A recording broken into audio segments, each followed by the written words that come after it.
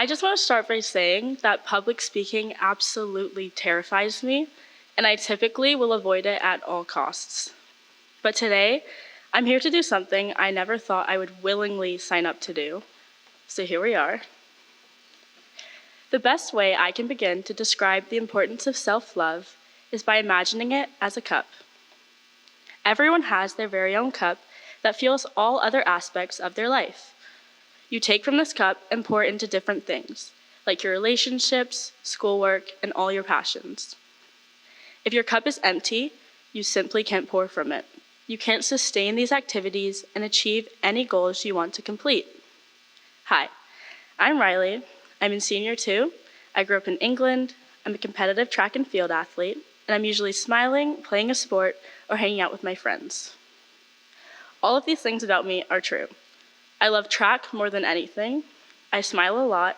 I played every sport under the sun. My friends are some of the people that make me the happiest, and I'm always giggling, like way too much. I'm genuinely surprised it hasn't got me into more trouble.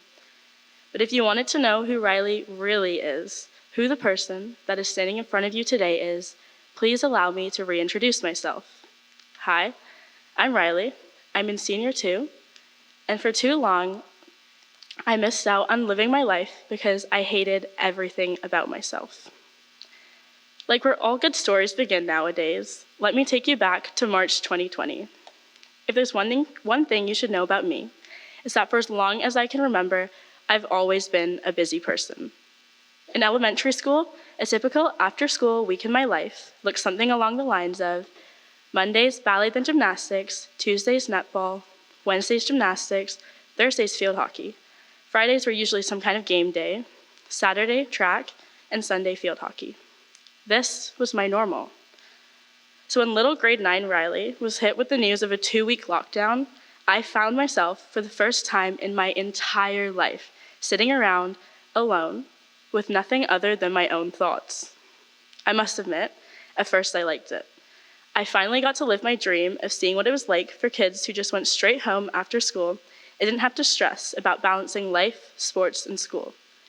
But when 2 weeks turned into another, then another, and another, my new normal was this, and I hated it. Frequently, I found myself grasping to things that I thought I could control to cope with all other aspects of my life being under lockdown, like track. I knew this opportunity was perfect to get in great training and stay fit for track season, and I took advantage of it. I tried to get in the track or in the gym every day. I even started participating in challenges I had seen all over my YouTube and TikTok For You page, most famous and notorious one being the Chloe Ting Ab Challenge. Slowly, this goal started to engulf and consume every aspect of my life. Missing a workout resulted in breakdowns and fear of regression, and suddenly I found myself becoming more restrictive with my eating habits, trying to eat as little as I could for track. But this wasn't about track anymore. Eventually, the mirror became my enemy, as I found myself not being able to pass by one without stopping and analyzing every part of my body that I hated. I hated my stomach. I wanted a smaller waist. I hated my legs and my hips. I hated my hair and how it was curly and not straight. I hated every single inch that I saw reflected back at me. It was engraved into my every thought of each minute of the day. I truly felt like a prisoner to my own thoughts. Days that were typically filled with friends, laughter, and happiness changed into an endless blur as each day morphed into the next, as I isolated myself from the world in the fear of the embarrassment that I would face.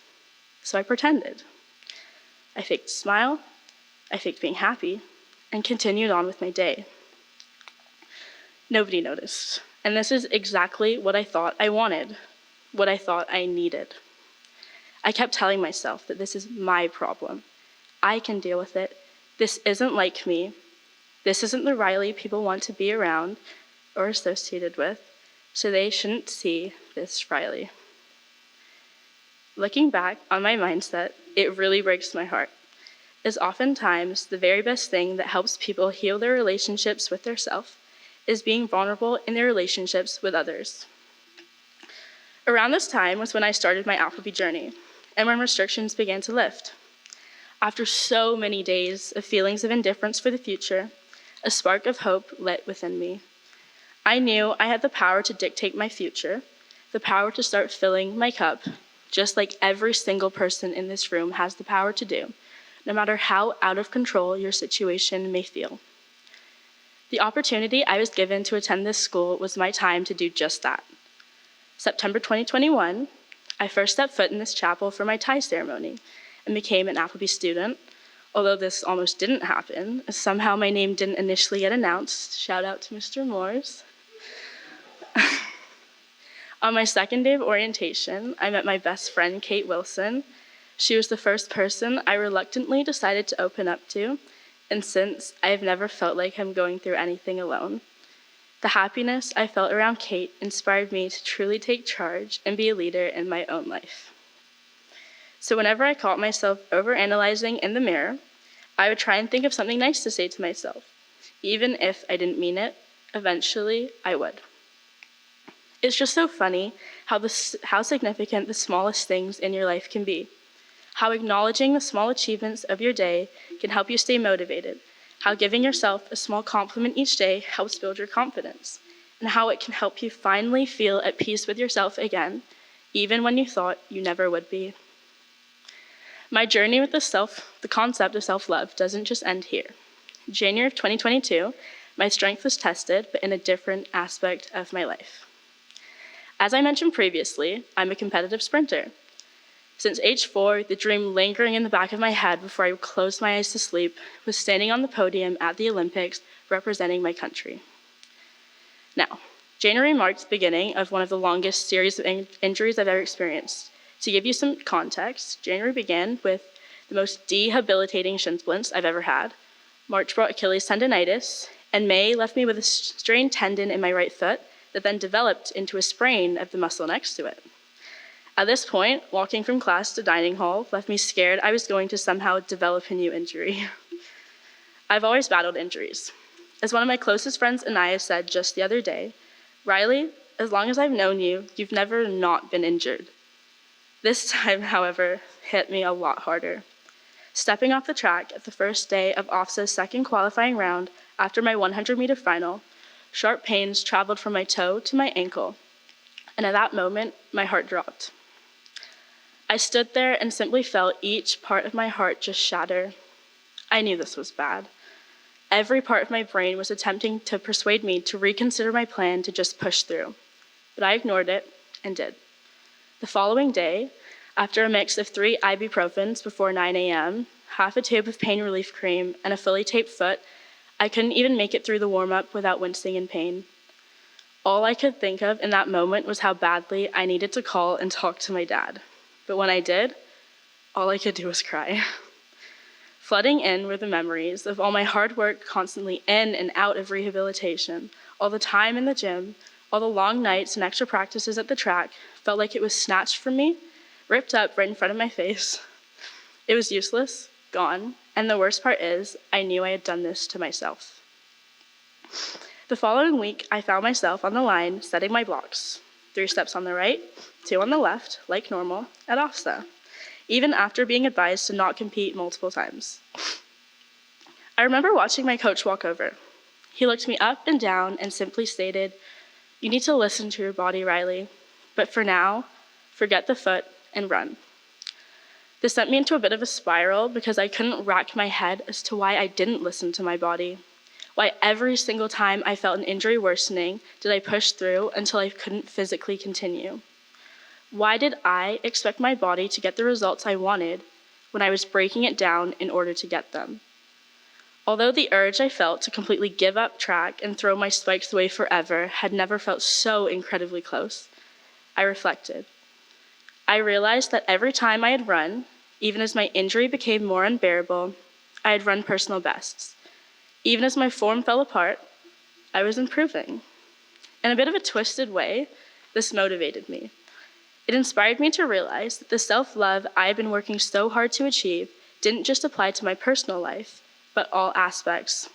How was I loving myself by hurting myself? So for the rest of the summer, as hard as it was to sit out on one of the most pivotal seasons of my career so far, I sat out. I got the proper help. I went on medication for a bit, worked harder than anyone else in rehabilitation and cross-training in the pool, and listened to my body when I knew it was asking for a break. I leaned on my friends when I needed it. Now, it's because of this that for the first time in almost 5 years, I am completely injury-free. Knock on wood. Absolutely nothing can operate when the thing that fuels it is empty. You would never expect a car to drive on an empty tank. So why would you expect the same from yourself? The real secret is that it's up to you. You have the power to decide just how full your cup is. Whether you've experienced injuries like me, or maybe something like artists or writer's blocks, I want you to know that you are truly the writer of your own narrative. The way in which you treat yourself will reflect in the way that this world will treat you. Before I finish, I'd like to invite you to close your eyes and reflect with me. How have you shown yourself love today? If you can't seem to think of an instance, I ask you to try and think of something you're proud of that you've achieved today. Congratulate yourself on this. No matter how big or small it may be, you deserve this. Start filling your cup. Now you may open your eyes, stand, and open your hymn books to number 352 to sing Amazing Grace. Thank you.